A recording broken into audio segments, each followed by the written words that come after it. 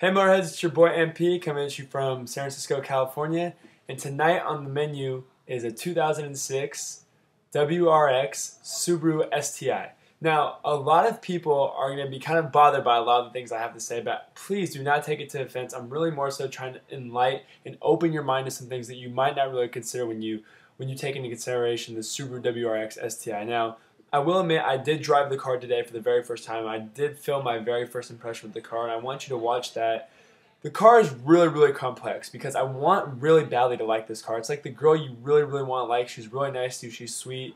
She has everything to offer you in the world, but for some reason you just can't fall in love with her. That's really how I feel about the WRX STi. Initially, when you fire her up, she's loud.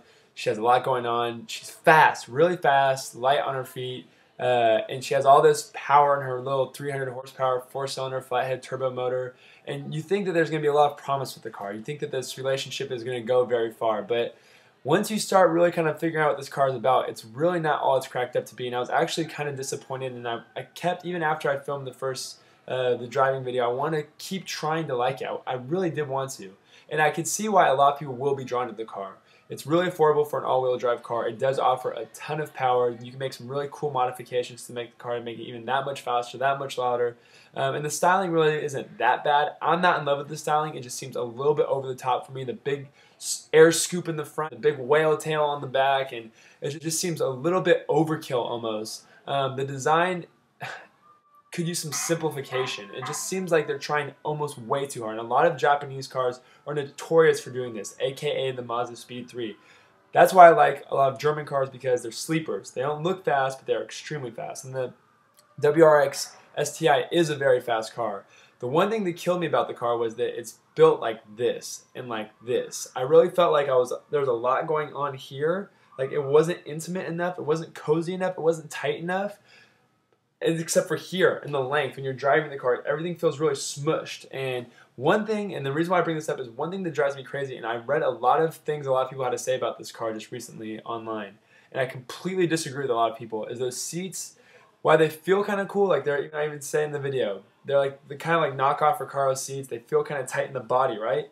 But the butt of like if this is like your normal, this is like a normal seat in a car, right? The WRX has to be half that. It's probably about this big. I mean, your legs can't even fit completely on the seat. The comfort level is minimal.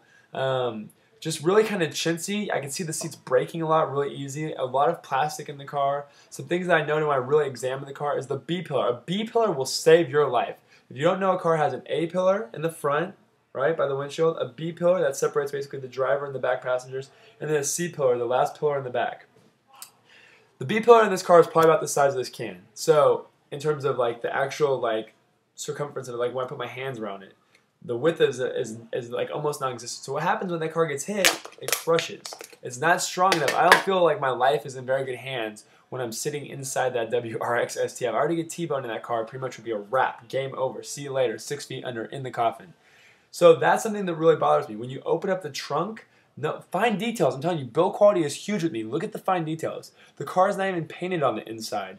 It's unfinished, so they don't really put all the effort there. You can see the staple welding throughout the whole entire car, especially obviously the rubber strips on the roof of the car that had the staple welding marks. And then when you open up the hood of the car, you have to get the old-fashioned thing to hold the hood up, which is fine. I understand it being cost-efficient, but then you have all these open, exposed cords. Also a lot of exposed cords in the trunk. They could have done a little bit better job trying to really manufacture a real car instead of building a tin can with an engine, and that's really what I kind of feel like. Basically, what you're going to get in a Subaru, in a nutshell, is you're going to get a complex animal, a car that you really can't decide the benefits and the weaknesses of the car. We know for sure that some of the strengths of the car are the overall power of the car.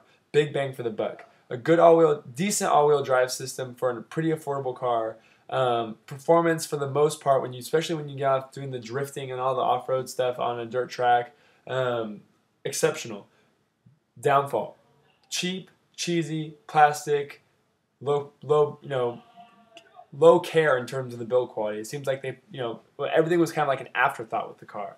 So that's just my little take. Hopefully this was helpful. I know I didn't really get into the specifics. I didn't talk about the 300 horsepower motor. I didn't talk about the 0 to 60 and all that stuff because we all know how fast it is. That's not what this is really about. What it's really about is understanding the fine details, what's behind this car, and understanding its rocky road candy bar-like complexity to truly understand whether this is the right car for you or if it's just really overhyped. And I have a feeling I'm going to get a bunch of bullshit about people telling me this is the dream car, but really I think this is an overhyped machine.